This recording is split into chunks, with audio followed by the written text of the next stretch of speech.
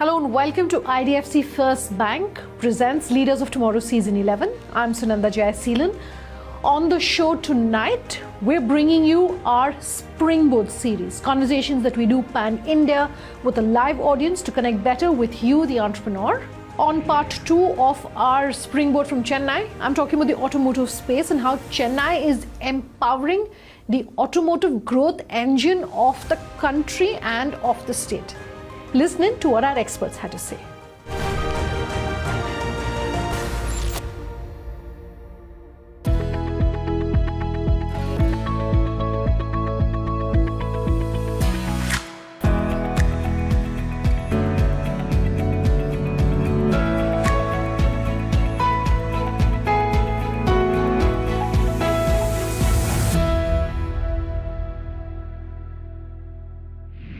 Let's talk about infrastructure, and I would love for Dinesh to also jump in on this. When you're saying infrastructure, I want to talk infrastructure also for the EV industry, because that's a huge challenge and perhaps coming in the way of adoption, but also just infrastructure and posing a challenge when it comes to the auto industry. Would you say that's perhaps the biggest challenge? I know that everyone also talks about government regulation, and multitude of government regulation. So, being electric vehicle industry a very nascent stage as of now. It is very young. So to cope up with the requirement or the expectation of Indian users, you need to be driving from front force. We have seen in the past year, we have seen a lot of challenges actually which has emerged, and then we have seen a lot of changes in the requirement to have a safety requirement for vehicles. As far as the major challenge, what I still feel apart from infrastructure challenges where in EV industry people have talked about range anxiety, so you need charging infrastructure. You have seen multiple changes in the requirement for the safety standards when 156 phase 2 kicked in because of a lot of fires which has happened. So these are the few challenges which we are still coping up. Sure. Okay. So that's definitely one of the challenges perhaps for the EV space. I'll come to Dinesh, but go ahead, Dinesh. Yeah, now that he's kind of mentioned about lending, I think on the other side, right, charging infrastructure is key, right? For electrification to reach the masses, you need charging infrastructure, whether somebody's going to use it or not. Again, at least the global average is, I think, what 97% of all charging is going to happen at home or at work, and the rest 3% is going to happen at public charging stations, right? It's going to be a form factor shift, right, or a form factor hangover, as you call it, right? Like, there needs to be clear awareness about how charging is going to work, and that you're not going to be charging as often at public stations as compared to a petrol-powered vehicle, right? And the key driver there is going to be standardization, right? It wouldn't make sense if Toyota would run on Toyota's gas and Honda would run on Honda's gas and Tata would run on Tata's gas, right? We have clear standardization. Obviously, we have petrol and diesel, but how does it make sense if every manufacturer has his or her or their own charging standard, right? That's not the way to go. So there, I think the sooner we kind of close down on one specific charging standard and then create awareness of that charging standard first among manufacturers, at the OEM level and then at the customer level, right? There's an open standard, by the way, called CCS, and I don't know how much if you guys know about it. Today, every single car, right from the EQS to the Nexon or the Tiago uses CCS. But then when you actually look at the two-wheeler and three-wheeler space, it's completely different, right? Right from the Olas to the Aethers till the regional brands, everybody uses a different standard.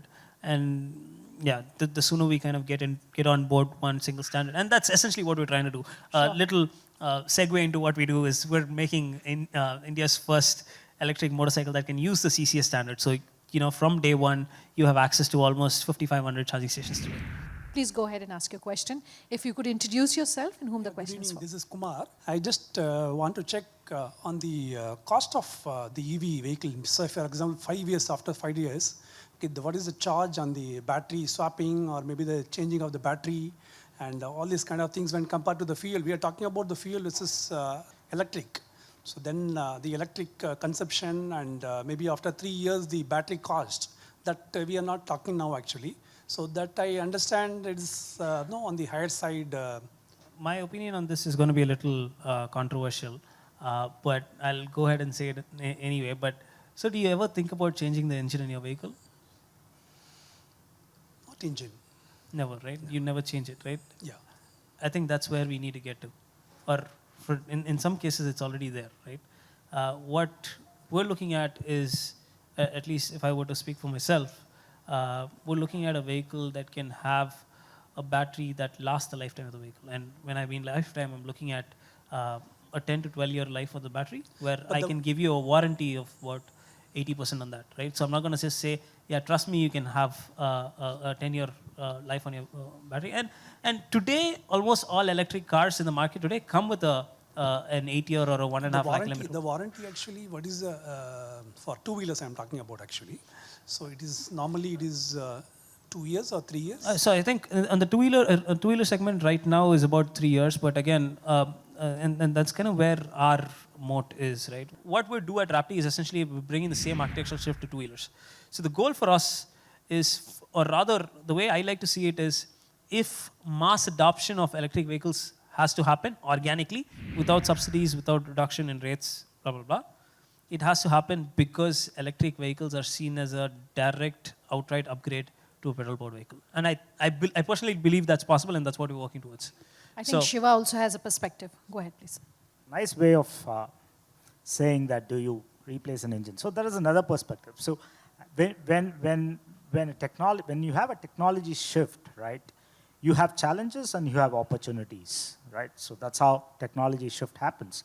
So one way of looking at it is looking at the battery as in kind of similar to an engine.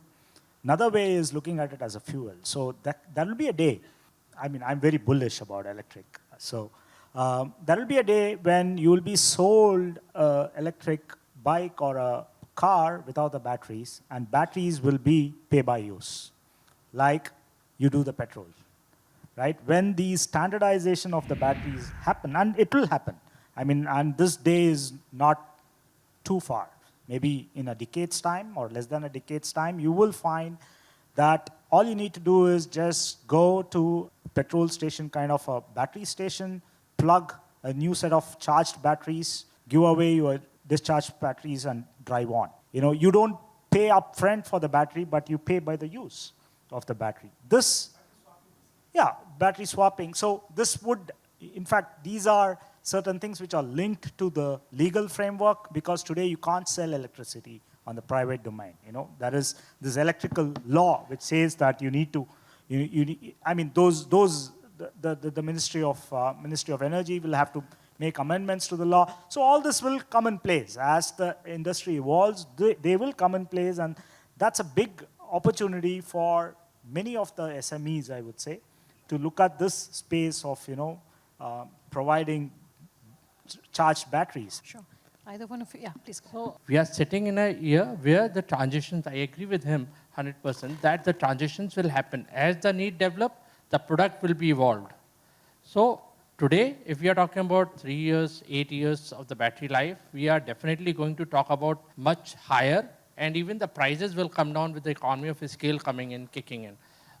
We are on the right path. When we say we are talking about the Indians, that we are on the right path of evolution in this sector. We are looking for a stage where we will be manufacturing each and every components, including the battery cells, down the line. Definitely the technology, the price points will help the adaptation. Yes, subsidy is required at this point of time, because still people have apprehensions. They want to compare. Even we buy BMWs and everything, we go and ask, kya discount milega? So at the end of the day, price is very sensitive. India is a very price sensitive market. If you compare without the subsidy, I think the shift from gasoline vehicles to electric vehicle will be very tough. I have seen it over a period of, say, 14 years now.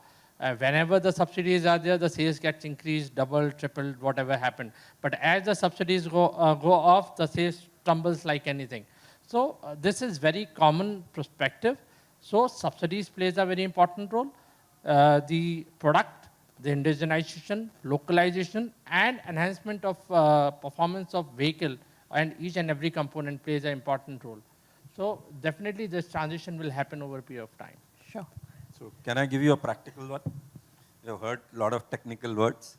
If you are driving more than 30,000 kilometers per year, if you have your own home where you can put a charging station, if you are able to put some solar thing on your head of your house, if you have electricity policy of net metering, you should buy a car today. If any of the four things are not practical for you, wait for another year. We'll get you an economical car, electric car, then buy. Very frankly, if you're driving only 5,000, don't buy. It's time to slip into a short break on that note. Much more on the other side. Do stay tuned. We'll be back in just a moment.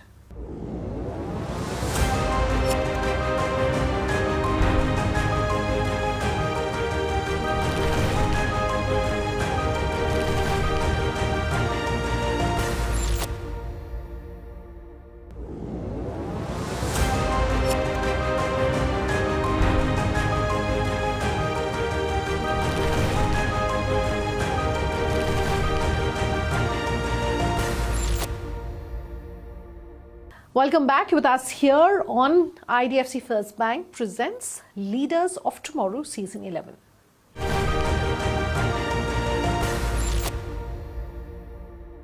Yeah, this is Madhubala Nahar.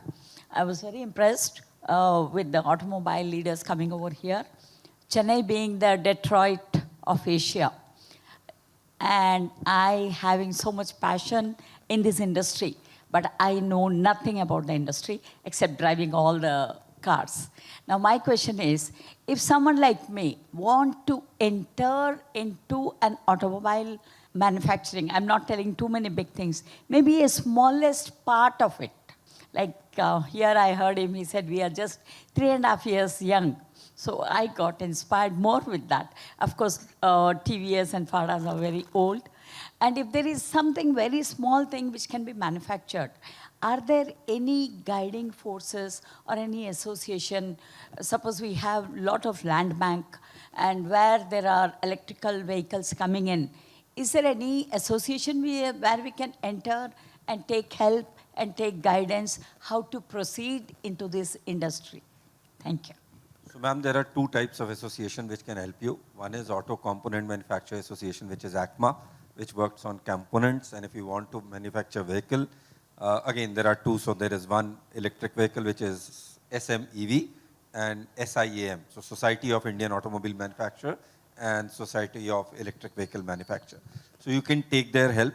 They even have branches in Chennai, I'm 100% sure. I don't know who is there, but if you can get in touch with me, I'll make you meet, give contact of the General Secretary there who can help you out. In the interest of time, I'll have to take in more questions. Go ahead, please. So I'm Shaju Krishnan. So last week, a few weeks back, we saw that in Jammu we have got some 60 lakh tons of lithium. So are the manufacturers excited about that, or is that consumers going to get benefited out of that, so that manufacturers are not going to import lithium? So does that mean anything? I just want to piggyback on that question and ask if, and while you're responding to that question, also speak about present opportunities, if any, because of the green hydrogen mission announcement and impact, if likely. So like PLI, the battery, there are a lot of factories coming in to make batteries, to make cells. It is 3 years, 5 years down the line. But obviously it has given a positive word of mouth for the Indian economy, Indian abroad and everything. So it's a positive thing for us. You'll have to wait and watch how much will it get benefit to the Indian customer or actual Indian manufacturer. You'll have to wait for that. Yeah, now if I may add to it, right? So lithium forms less than 6% of any lithium ion cell, right? The bigger component that's in demand is cobalt. Lithium is fairly available and it's being mined in multiple different countries. And there are applications where you can actually remove it from ocean water as well. The compound, or rather the element that we really need to be talking about is cobalt, which there is not enough emphasis on. There's only one place in the world where you can find cobalt, and it's probably lack of a better word, the worst place to find it, right? So that forms close to about 50% of the cell, and that is where the actual bottleneck is. I feel additional to that, like she was hinting towards, you'll have to think for future of alternate energies for mobility, where no doubt electric is today the most important thing, but I feel it won't be for some of the categories. Electric three-wheelers, two-wheelers will obviously rule the market. But as you go above cars, trucks, you will find different energy coming in. Like Sir said, hydrogen. Even like Nitin Gadkari ji is pushing on 20% methanol. You'll find a lot of other things helping in to see.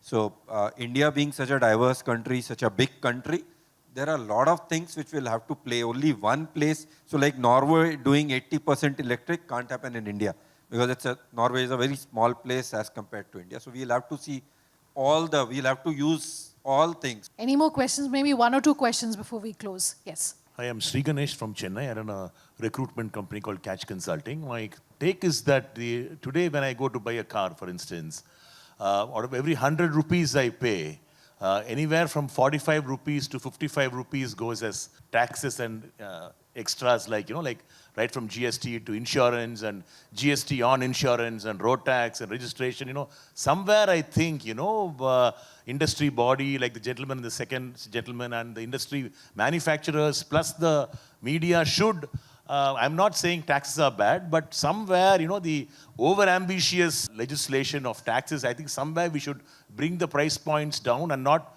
especially a country like India, you cannot compare a Singapore or a UK kind of pricing, taxation, which, typically when you keep increasing the price of a drink in a bar, I won't go to the bar. I will drink in the house or I'll stop drinking. That's what I mean. You get the drift? Electric vehicle is one industry where the RTO is almost zero. Lot of states do that. Even the GST part is only 5%. As compared to GST of 28%, that additional luxury GST is also there. So electric vehicle has already been subsidized like anything. You will not find in any other automotive sector that is happening, apart from electric vehicles only. This is on the electric vehicle, but ICE doesn't have that game plan today. We are fighting with government for reducing the GST on ICE two-wheeler from 28 to 18 because 28 is actually the sin percentage of GST. So officially, yes, you are right. This is such high taxes. And frankly, it is not comparable to Singapore or something. It's an Indian thing. You cannot compare because when the GST was formed, it was compared abroad. But while doing GST, they put a number of taxes. So I agree to what you are saying. But whenever we talk to the government, they always come up with this calculation that we were charging you in 3 names this much tax. We have subsumed to form one tax and I'm charging that. So now we are presenting that we are not alcohol, where you can make it a sin tax. We are working on it, but obviously when such associations work, we will work. But it actually becomes that it will benefit us. So somewhere if normal public also gives their voice, will help us a lot. There's just so much more that needs to be said, so much more that needs to be done for this space. But we've made a good start. I want to thank the 4 of you for giving us your perspective. A round of applause, ladies and gentlemen, for our panelists. Thank you so much. That concludes part 2 of our Springboard from Chennai. On part 3, I'm going to be doing a deep dive into personal finance. How you should be managing your wealth, why you should be managing it, but also equally important, all the macroeconomic cues. That's with none other than Sunil Subramaniam of Sundaram Mutual Funds. Here's a sneak peek of that episode as we're ending tonight's conversation. If you want to look at gold as a tactical allocation, whenever you feel the dollar is going to decline, you add gold. When you feel the dollar is going to strengthen, you reduce gold. And I'll tell you the clue. I just mentioned a few minutes ago about what the market doesn't believe the Fed, right? The market believes that interest rates are going to go down. Today, go and take the gold charts. Gold has now become from 1 month to 3 years. Gold has become rising. Why? Because market thinks dollar is going to depreciate.